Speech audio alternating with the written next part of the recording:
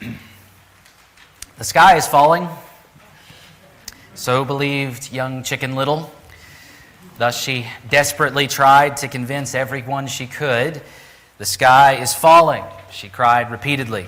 And she convinced many on her way to inform the king of the land. There are various endings to the familiar folk tale, but do you know what they all have in common? The sky wasn't literally falling. The folktale seems to have been intended as a kind of fable with a moral lesson warning children of the dangers of provoking panic and fear in others, or on the other side, gullibly believing every outrageous claim someone makes. In the story, Chicken Little's announcement that the sky was falling was her description of what she believed was a sign of the end of the world. Thus, the phrase, "the sky is falling," has entered English usage in two ways. The phrase was used in a headline of an opinion piece in the New York Times on March 19th, 2020, written by a young doctor working at a hospital in New York City to describe what she was seeing with COVID-19. She was not intending to contribute to panic, she assured readers. Rather, she wanted to mobilize people to respond calmly but appropriately. She and her husband drew a lot of media attention around the beginning of the pandemic as they disclosed that they had drafted wills to ensure that their very young children were taken care of should they die from contracting COVID-19 in the line of duty. Life has certainly changed since the pandemic, and many people have lost their lives, some very close to us. And yet, for those two doctors and their children, and for the rest of us, life goes on. The sky has not fallen. The other way the phrase gets used, in line with the moral of the fable, with a bit of a sarcastic tone, is to mock someone who is overreacting. For Chicken Little, a nut had fallen out of a tree and hit her in the head. Not seeing the nut, she drew an interesting conclusion. As she looked up, all she saw was the sky, data point number one. Data point number two, something solid hit her in the head. She felt it and it hurt. From these 2 points, in the creation of a fantastic syllogism, she concluded that a piece of the sky must have fallen on her head.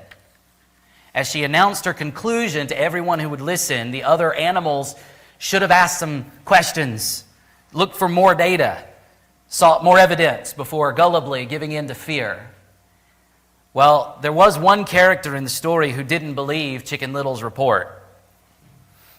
Do you remember how the folktale ends? Foxy Loxy either didn't believe her report or didn't care. Instead, he lured her followers into his lair, telling them that he would take them by a shortcut to the king's palace. In some versions of the story, Chicken Little herself escapes, one way or another, but all of her followers are eaten by the cunning fox. He took advantage of their gullibility and their fear. Interestingly, the story was adapted by Disney during World War II, turned into a sort of dark comedy where the fox had bought into Nazi propaganda and so is responsible for agitating the frenzy of the rest of the animals in order to devour them. The point seemed to be to illustrate how fear-mongering and provoking panic could cause the Allies to fail in the war effort. Why are we beginning this morning with a reminder about Chicken Little? For 2 reasons. First, Jesus issues sharp warnings throughout his kingdom-coming discourse in Matthew chapters 24 and 25 for his followers to resist deception and to not be alarmed by the events that might seem to indicate that the sky is falling. Second, in our passage this morning, Jesus is going to announce that the sky will someday fall. And we need to grapple carefully with his words in their biblical and ancient context. Before we look at the details of those famous words in verse 29 of Matthew 24, where he sets up as a precursor to his coming, and he certainly seems to be describing what one writer calls cosmic catastrophes. I'd like to briefly explore some other passages of Scripture. While Chicken Little certainly believed the sky was literally falling, when we read that kind of language in the Bible, where the author's intending to communicate that the sky was literally going to fall or that it literally had fallen. In verse 29, Jesus is going to refer to the sun being darkened and the moon not giving its light. By themselves, those phrases could describe nothing more significant than solar or lunar eclipses. Then he adds that the stars will fall from the sky, and even this might mean nothing more than what we know of as a meteor shower. Finally, he speaks of the powers of the heavens shaken, a phrase that is harder to correlate with a specific astronomical phenomenon. Jesus is clearly borrowing each of these four phrases from different passages of the Old Testament, which describe various cosmic catastrophes. First, consider Isaiah 13, verses 9 through 11. Behold, the day of Yahweh comes, cruel with wrath and fierce anger, to make the land a desolation and to destroy its sinners from it. For the stars of the heavens and their constellations will not give their light. The sun will be dark at its rising, and the moon will not shed its light. I will punish the world for its evil and the wicked for their iniquity. I will put an end to the pomp of the arrogant and lay low the pompous pride of the ruthless. The first thing to notice from these verses is that Isaiah is composing poetry. Most English Bibles have indented lines here indicating that this is indeed Hebrew poetry. Notice also that verse 9 has the prophet Isaiah speaking about the day of the Lord, on which the Lord will pour out his wrath on sinners.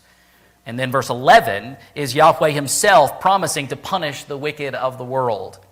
In between comes verse 10, which describes these cosmic catastrophes. And Jesus quotes the phrase, the sun will be dark. The word translated land in verse 9 could be translated just as well, earth. And I think we should see it that way. So does Isaiah expect the stars to literally go dark? Is he announcing that the sun will literally rise completely dark? Is he expecting the moon to be blackened out at night when the Lord comes to judge the world? We don't have enough information in Isaiah 13 to answer for certain. Consider next Ezekiel 32, verses 7 and 8. Note the poetic form again. When I blot you out, I will cover the heavens and make their stars dark. I will cover the sun with a cloud, and the moon shall not give its light. All the bright lights of heaven will I make dark over you, and put darkness on your land, declares Lord Yahweh. Who is the you in this passage? From verse 1 of Ezekiel 32, we find that the Lord has instructed the prophet Ezekiel to sing a lament song about Pharaoh, king of Egypt. So this announcement of judgment here does not have to do with the very end of human history. Instead, it has to do with the judgment of one particular Egyptian king, or at least the nation of Egypt, around the year 586 BC. Now, Ezekiel receives this message just a short time after the prophet learned that the Jerusalem had been destroyed by the Babylonians. Thus, the Lord seems to be giving this message to the prophet so he would pass it on to the Jews in exile so that they wouldn't be tempted yet again to turn to Egypt for salvation and for help. The fulfillment of this defeat and destruction of Egypt would be accomplished by the same Babylonians who destroyed Jerusalem. Now, when Egypt was defeated by Babylon, did the stars literally go dark? There may have been clouds covering the sun. Perhaps there was a lunar eclipse during that time. But all of this could be poetic language utilized to describe the significance of Egypt's downfall. As they had once been literally plagued with darkness, back in Exodus, so God will again bring judgment against Egypt. Third, we return to Isaiah. This time we look at Isaiah 34, 1-4. Draw near, O nations, to hear, and give attention, O peoples. Let the earth hear and all that fills it, the world and all that comes from it. For Yahweh is enraged against all the nations and furious against all their host. He has devoted them to destruction, has given them over for slaughter. Their slain shall be cast out, and the stench of their corpses shall rise. The mountains shall flow with their blood. All the host of heaven shall rot away, and the skies roll up like a scroll. All their host shall fall as leaves from the vine, like leaves falling from the fig tree. Here again, Isaiah seems to be describing the final universal judgment of all nations. And he depicts Yahweh's judgment as a great slaughter of the people of these nations. Then in verse 4, he speaks of the host of heaven, which is most likely a reference to the stars, rotting away and falling. Why and how does God's slaughter of human beings on earth parallel with the sky being rolled up like a scroll and the stars falling out of the sky? Note the poetic form again. Isaiah the prophet is actually summoning the nations to show up for their day in court, on which they will be sentenced to execution. Jesus doesn't quote this passage directly, but most students of Scripture acknowledge an allusion. He does seem to be borrowing the language of the stars falling from the sky from Isaiah's depiction here of the host of heaven falling. Finally, we return to Isaiah 13. Just a couple of verses after the passage we looked at earlier, in the same paragraph, we read Isaiah 13:13. Therefore, I will make the heavens tremble, and the earth will be shaken out of its place at the wrath of Yahweh of hosts in the day of his fierce anger. As we saw earlier, this poetic description does seem to look forward to the final day of judgment. So if these passages are in Jesus' mind in our passage this morning, he's quoting several verses that seem to look ahead to the final judgment, and one that focuses on a historical judgment of Egypt. Cosmic catastrophes are used elsewhere in the Old Testament as well. They're described in poetic passages in the prophets to describe Assyria's invasion of Israel, the northern kingdom, Babylon's conquering of Judah, the southern kingdom, Babylon's defeat of Egypt, like we see in Ezekiel, as well as the future final judgment of all the nations. Did these cosmic catastrophes literally take place in each of these historical occasions, fulfillments? Add to this the well-documented reality that every ancient culture speaks this way and writes this way, and we have to consider more carefully how our expectations of the fulfillment of prophecies like this should look. Or, as one writer suggests, we should be open to the idea that, quote, the prophetic language of cosmic catastrophe is about the spiritual importance of what was to happen, not a physical description of what was to happen. Before we jump into our passage in Matthew officially, consider one more thought about this way of speaking. We, today, actually do still talk like this. An article in the Smithsonian Magazine described 1968 as the year that shattered America. An article posted on the History Channel's website said of the same year, nearly every week produced news of another earth-shattering event. Or think more personally, when a loved one dies, you might say something like, "My world was turned upside down." What are we doing when we talk like this? We're not speaking of the earth literally being shattered into a million pieces. We're not literally talking about the world being flipped over. We're trying to figuratively convey the significance of a particular event, whether that's significance on a global scale or significance on our personal lifetime scale. Describing literally what happened step by step in a narration doesn't communicate how it made you feel, how it affected you, how it changed you. Similarly, in the ancient world, where they studied the sky diligently and recognized the stability and the consistency of the movement of those heavenly bodies, to speak of an event that changed everything, or to speak of the destruction and judgment brought about by a God, they often spoke of the failure of the sun, moon, and the stars. In all of these passages, this might be all we should take away. Rather than expecting cosmic catastrophes, perhaps we're getting the prophets and the poets seeking to illustrate the significance of certain events. When we analyze Jesus' words in verse 29 and set it in its New Testament context, I'll show you why he almost certainly didn't intend to speak literally. Taking him literally creates a contradiction, or at least a very difficult to resolve problem in New Testament eschatology. But before we get to that, let's step back into Matthew 24 again. Recall that Jesus has just announced the destruction of the temple, and 4 of his disciples, we learn that from Mark's gospel, 4 of his disciples have asked him to tell them when that was going to happen. They've also asked him what sign they can expect God to send them to indicate that they should prepare for Jesus' coming and the end of the age. In verses 4 to 14 of Matthew 24, Jesus warned them about the danger of looking for a sign. It primes you to be led astray and distracted. So Jesus listed several big things that they might think are signs, but should not be viewed that way.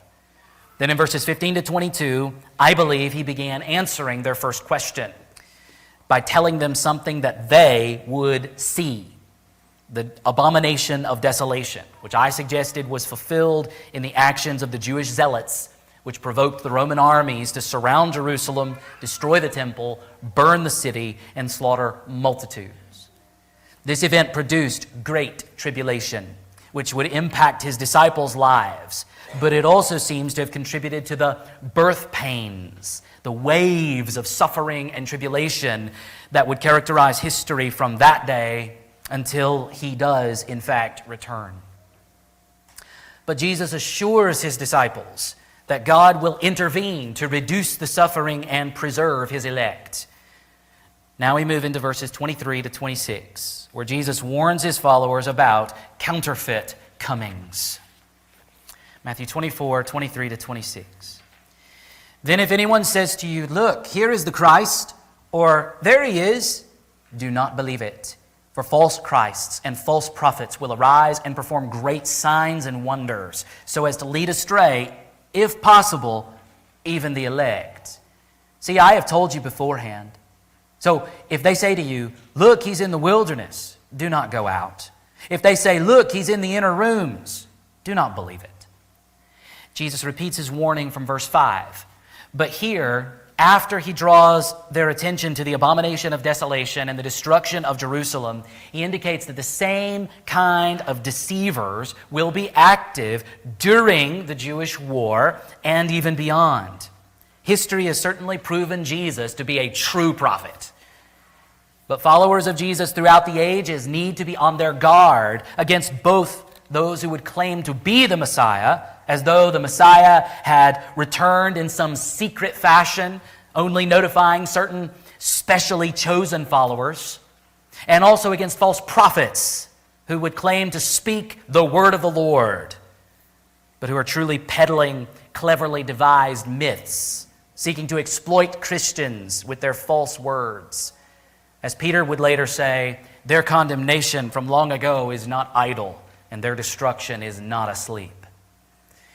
I possess a chart published in a theological journal in 1990 that lists 70 individuals throughout history who have either claimed to be the Messiah or others believed they were the Messiah. It's interesting to note that there were 2 such men who were active during the Jewish war. One was named Menachem ben Judah. The other was named Simeon bar Giora. Menachem was a warrior, and he gained a violent following and proclaimed himself King of the Jews in AD 66. His father had been Judas the Galilean, a man who claimed to be the Messiah right around the time Jesus was born. He is mentioned in Acts 5:37. Menachem, his son, attempted to capture the temple, but was quickly killed. This was before John of Giscala, who, as I mentioned last week, I believe factors into the abomination of desolation Jesus and Daniel spoke of, actually did capture the temple. Shortly after John did turn the temple into a fortress, Simeon bar Giora was followed by a group of Idumeans, and they attempted, ultimately unsuccessfully, to remove John from the temple. This was the kind of infighting that Josephus referred to as civil war among the Jews in Jerusalem that certainly contributed to their being slaughtered by the Romans. Josephus also testifies to the prevalence of false prophets during the Jewish War of AD 66 to 70.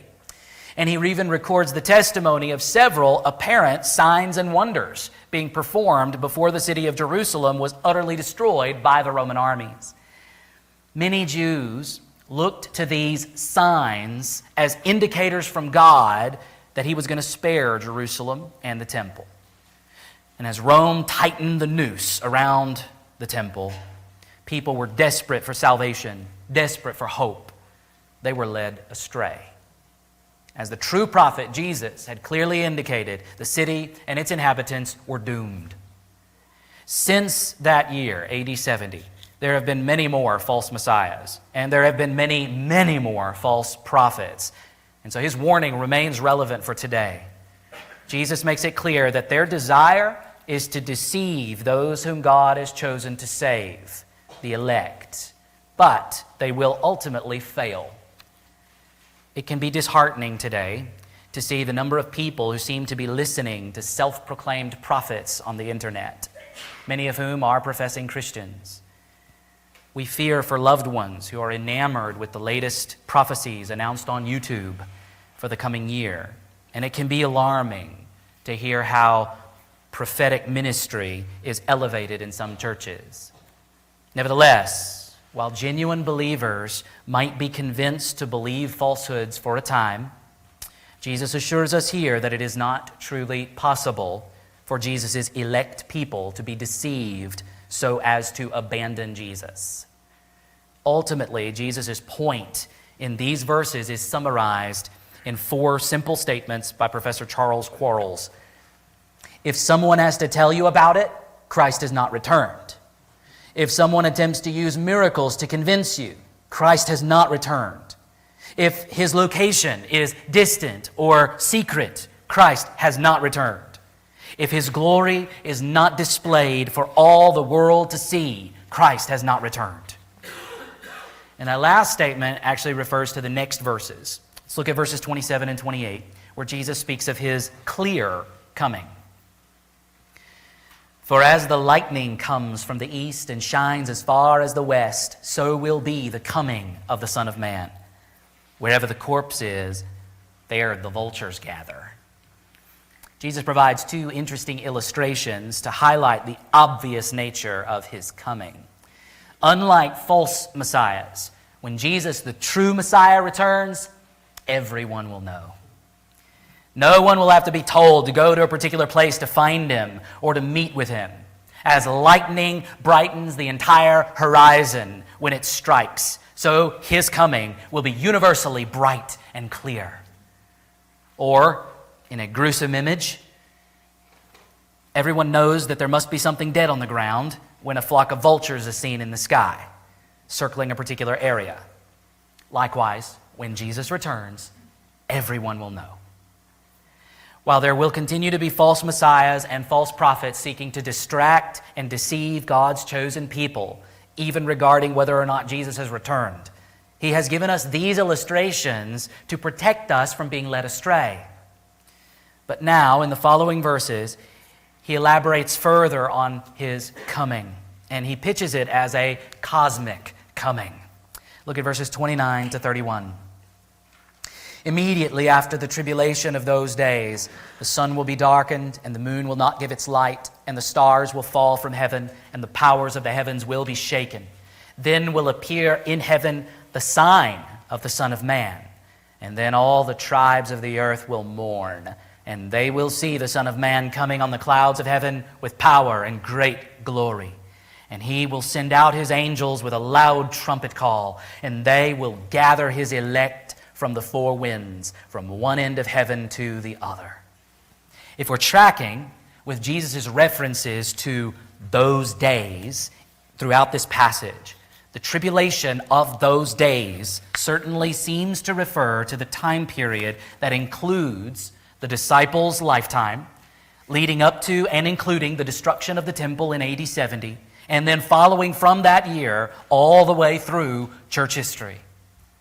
That's to speak of it from our vantage point, recognizing that the coming of the Son of Man has not yet occurred as of January 29th, 2023.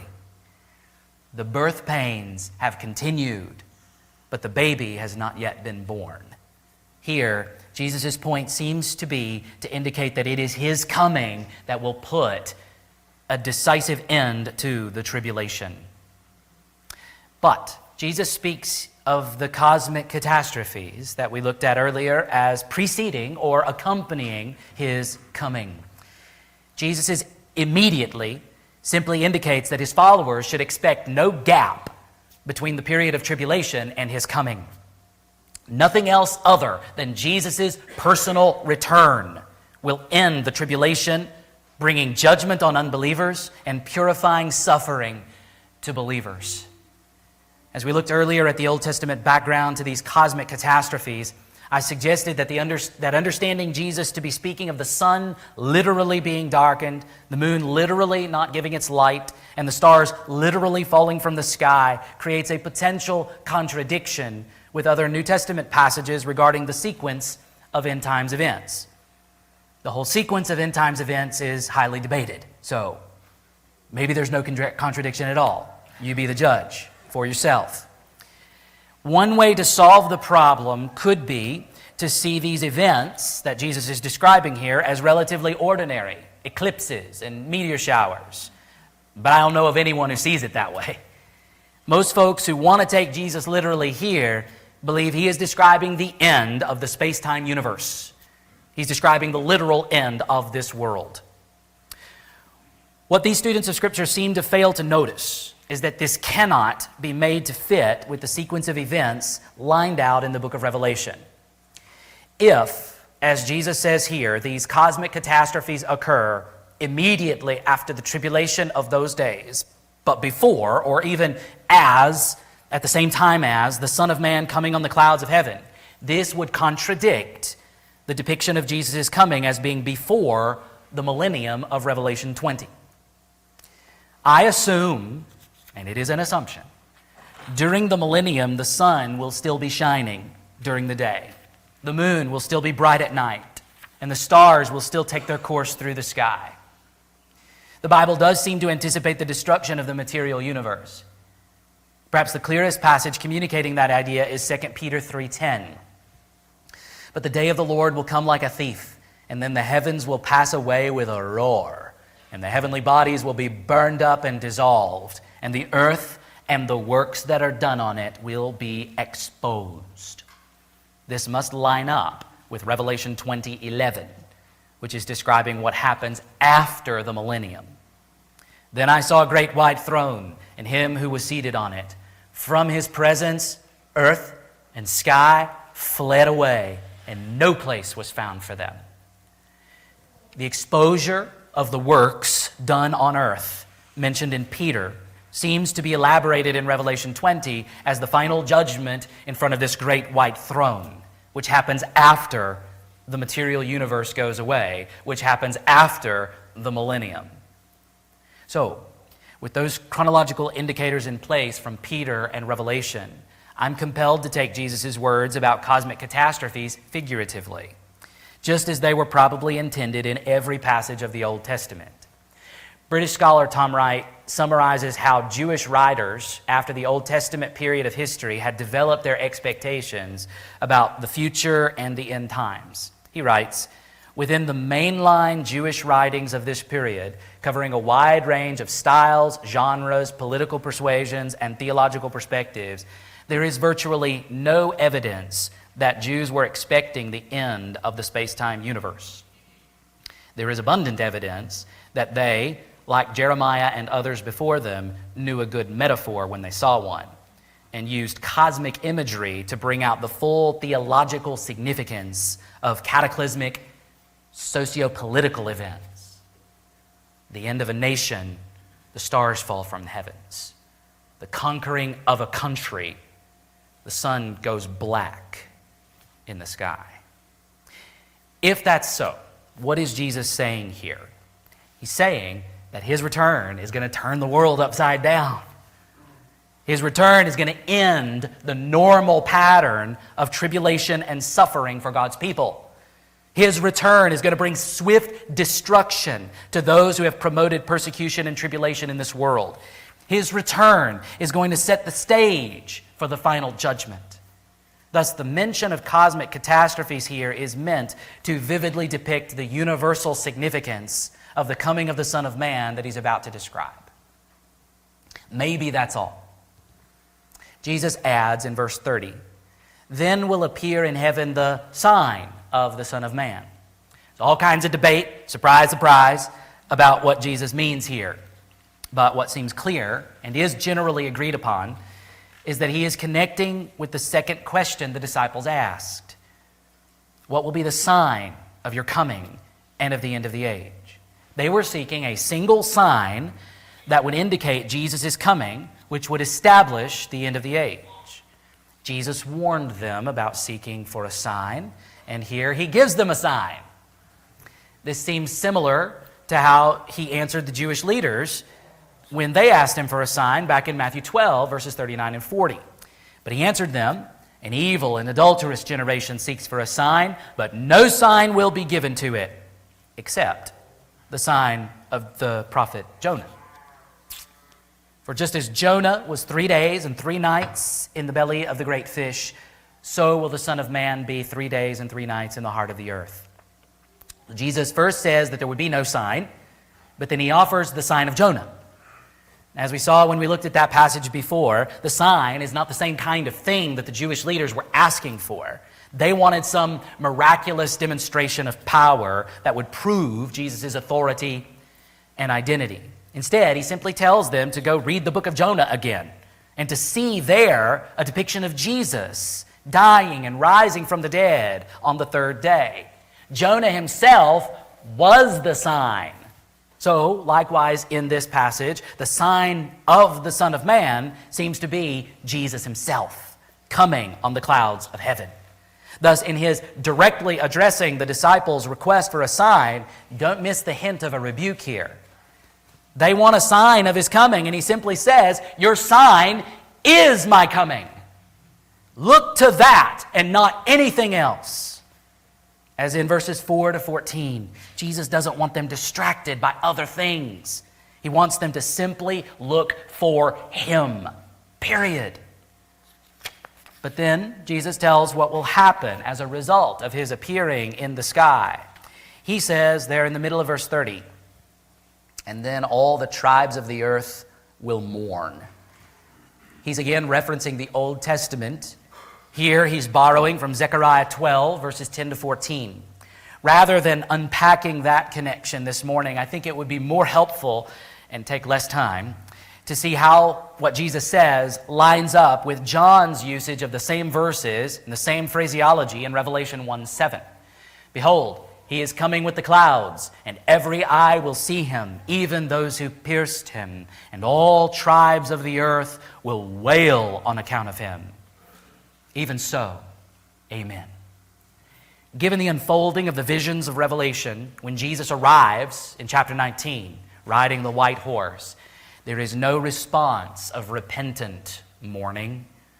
In fact, throughout the book, in the face of the Lamb's judgments, those who dwell on the earth consistently refuse to repent, except those whose names had been recorded in the Lamb's book of life before the foundation of the world.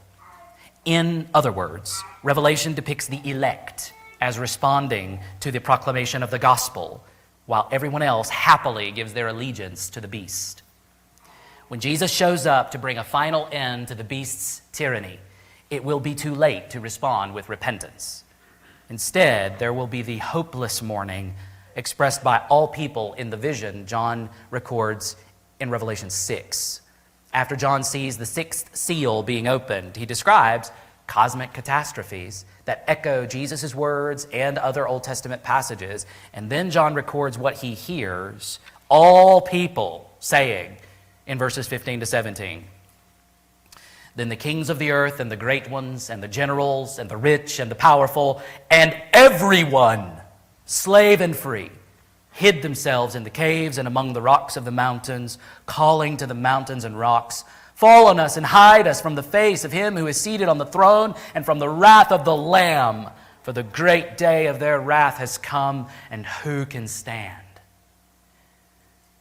Back in Matthew chapter 24, verse 30, Jesus goes on to say that all the tribes of the earth will see the Son of Man coming on the clouds of heaven with power and great glory.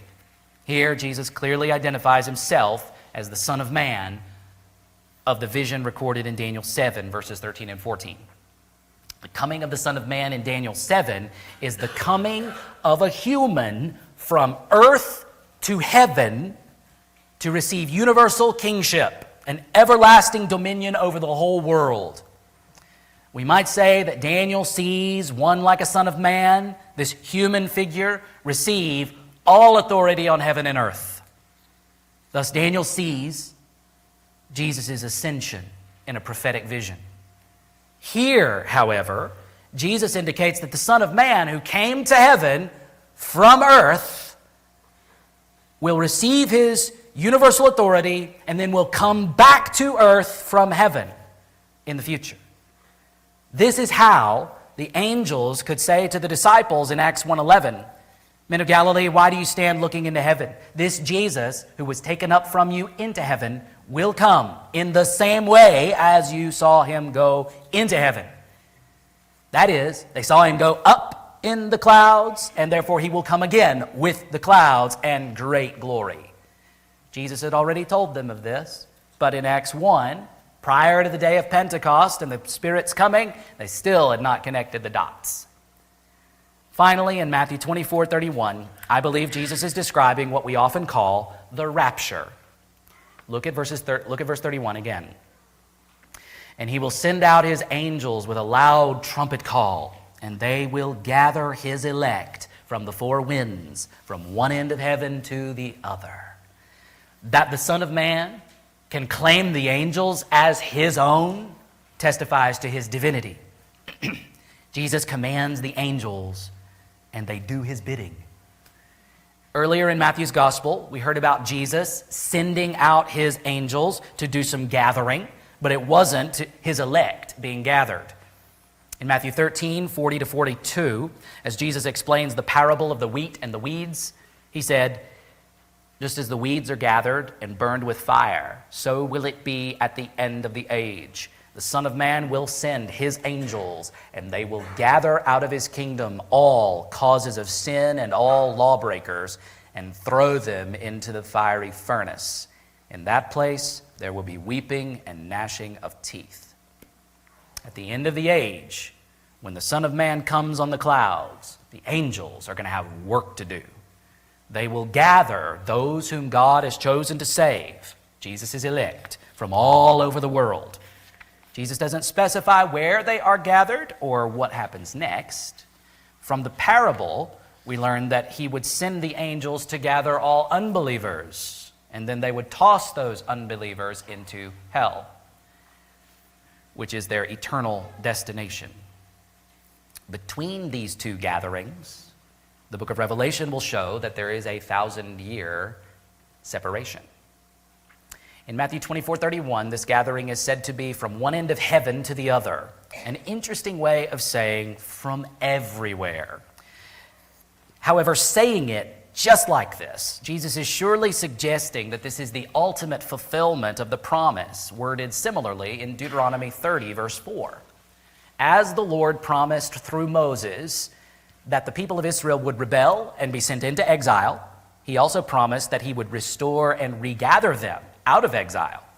The fulfillment of this promise is dependent on and prefaced by the circumcision of the heart promised in Deuteronomy 30, verse 6, which is later connected to the establishment of the new covenant.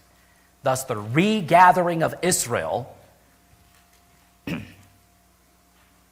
prophesied so frequently in the Old Testament, began to be fulfilled as Jews believed in Jesus in the first century.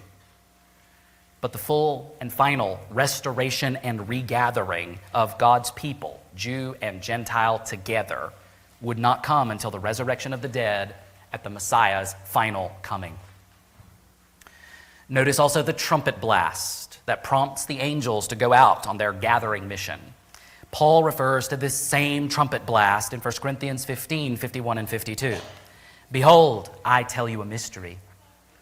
We shall not all sleep, but we shall all be changed in a moment, in the twinkling of an eye, at the last trumpet. For the trumpet will sound, and the dead will be raised imperishable, and we shall be changed. Jesus doesn't explicitly mention the resurrection in Matthew 24, unless we are to infer it as included in the angels' gathering work, which I think is likely. Thus, Jesus announces this last trumpet, which will signal the angels to gather all of God's people, dead and alive, together to experience their glorious transformation. The rapture of living saints and the resurrection of dead saints seems to happen in conjunction with Jesus' public, loud, universal, final, cosmic coming to bring a final end to all tribulation. This description fits quite well with the primary passage we look to learn about the rapture, 1 Thessalonians 4, 13 to 18. In that passage, what Jesus describes as the elect being gathered by angels, Paul speaks of as the dead in Christ rising first, and those who are living at that moment being caught up together in the clouds. It is fitting for us to close with a look at that passage this morning. The Thessalonian Christians seem to have been worried about what their dead Christian loved ones would experience when Jesus did return. Would they miss out on an amazing event? Paul wants to encourage them and teach them what to expect so that their grief over their lost loved ones would not overwhelm them. First, in verse 14, Paul assures them that when Jesus returns, through Jesus, God will bring with him those who have fallen asleep. Thus, he promises their resurrection at that time. Then in verse 15, he indicates that their resurrection will happen even before Jesus' return impacts those who are alive. He writes, "For this we declare to you by a word from the Lord." And Paul is probably thinking of Jesus' teaching now recorded in Matthew 24. "That we who are alive, who are left until the coming of the Lord, will not precede those who have fallen asleep." Then in verses 16 and 17, Paul gets more specific about the nature and sequence of that cluster of events, drawing more details from Jesus' teaching. "For the Lord himself will descend from heaven with a cry of command, with the voice of an archangel, and with the sound of the trumpet of God. And the dead in Christ will rise first. Then we who are alive, who are left, will be caught up together with them in the clouds to meet the Lord in the air. And so we will always be with the Lord." Paul doesn't mention the angels' involvement in this event. Instead, he focuses sharply on Jesus' actions, especially, and then the aftermath. The verb he uses to describe the action, translated as caught up, can be a very violent term, often used outside the Bible to describe seizing an enemy's weapons in warfare, to jerk a spear away from an enemy in one-on-one combat, or to drag an injured person to safety. It can refer to the crime that we call aggravated robbery. Elsewhere in Scripture, it is used in some of these same ways. Here, Paul seems to be depicting a sudden relocation of living believers. One moment, we will be on earth. The next instant, we will be in the clouds. This fits with Paul's other description of this event that we just looked at in 1 Corinthians 15:52, which focuses on the transformation of living believers that we'll experience in the twinkling of an eye, or as quick as it takes you to blink. It's somewhat curious that we're stuck with the English word rapture to refer to this teaching. You won't find the word rapture in any English Bible translation, at least not referring to this teaching. The English word developed from the Latin, and its earliest usage had nothing to do with Christian theology, but instead referred to getting carried away in an ecstatic trance, like in pagan religion. Thus, the normal, non-Christian usage of the term rapture in English continues to be in reference to emotional ecstasy, getting carried away in your feelings. The other English word developed from the same Latin root is the word rape, recognizing the term's violent meaning. Nevertheless, the word fits, though its typical usage in English has to do with figuratively or emotionally getting carried away. In the Christian doctrine, the word describes Christians literally getting carried away. In 1 Thessalonians 4, rather than focus on the transformation that will take place, Paul focuses on the movement from earth to the clouds. So, as Christ comes in the clouds, he will issue the cry of command, which probably alludes to what Jesus said he will do in John 5:28 and 29. Do not marvel at this, for an hour is coming when all who are in the tombs will hear his voice and come out, those who have done good to the resurrection of life, and those who have done evil to the resurrection of judgment. It is only in Revelation 20 that we learn that 1,000 years will separate the resurrection of life from the resurrection of judgment. But in both cases, it will be Jesus' voice, Jesus' word, Jesus' command that will raise the dead. In 1 Thessalonians 4, Paul says that God will bring with him those who have fallen asleep. So, Jesus will appear in the clouds with the resurrected saints, most likely all those who have trusted in the Messiah before his first coming and since his death and resurrection, but have had to experience death. Then those who are alive will be snatched up in an instant, moved from earth to join Jesus and the resurrected saints in the clouds. And Jesus says that the angels will be involved in this transportation, gathering his elect from all over the world. And what is the point of this movement? Why are we going to be snatched away to be gathered together with the resurrected saints in the clouds? Paul says it is to meet the Lord in the air. The Greek word is a term pregnant with meaning. We will see this same word used in Matthew 25, in the parable of the 10 virgins. In Matthew 25:6 we read, "But at midnight there was a cry, 'Here is the bridegroom, come out to meet him.' The 5 wise virgins had oil for their lamps, so they could go out of the city to meet the bridegroom and welcome him. The herald announces the bridegroom's arrival. The virgins come out to meet him. And then in verse 10, we see the 5 wise virgins going back into the city to join the bridegroom for the marriage feast. They went out to meet him, only then to escort him back into the city in order to stay with him and feast with him. It is commonly observed that this particular term often describes similar situations in which a king or another important person would come to visit a city, and the people of the city would go out to meet him outside the city in order to festively escort him all the way into the city.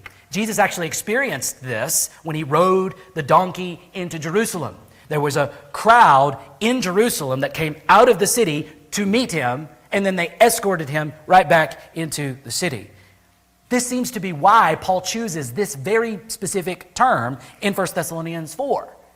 Those who are alive become the welcoming party for Jesus' return to earth, rather than describing a secret rapture whereby Jesus doesn't come all the way down and the raptured saints stay with Jesus in heaven for 7 years while God pours out wrathful tribulation on the unbelievers of the earth.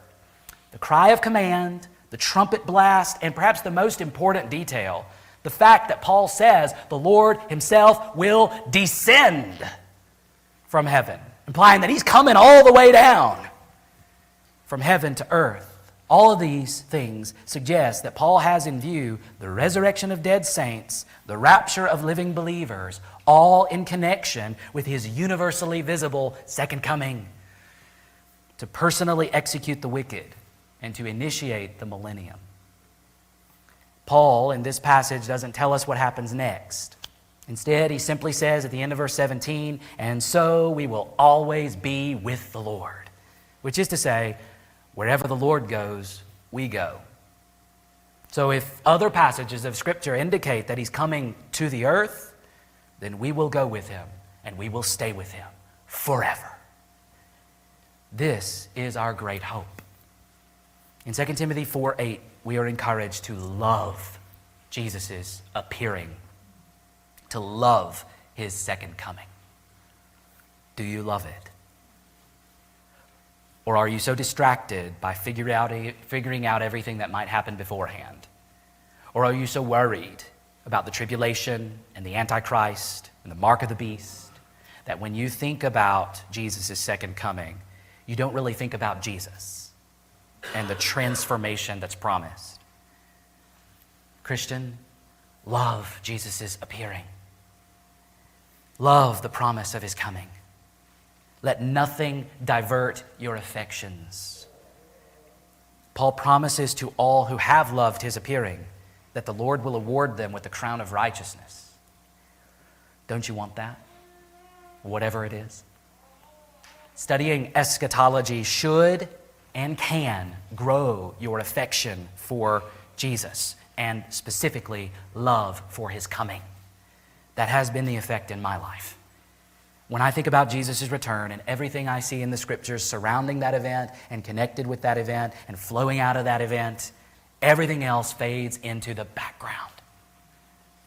The things of earth will grow strangely dim in the light of his glory and grace. And I see his glory and his grace so clearly when I contemplate his coming. I want that for you too. I'd like to invite the musicians up. I know we're a little over time, but I'd like to sing that famous hymn, if we can. Turn your eyes upon Jesus.